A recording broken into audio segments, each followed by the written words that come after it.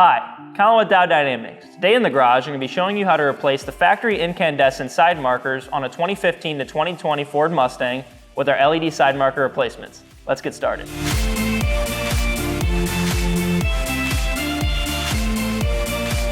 We'll be starting our installation on the right-hand side of the vehicle. If you look at the back of the housing on the side markers, you'll see an RH for right hand or LH for left hand. Now it's going to be a little tight once we're underneath the vehicle to show you the entire process, so we'll show you on the side marker. All you're going to do is press this clip in while applying pressure towards the outside of the vehicle, and then the whole thing should just slide right out.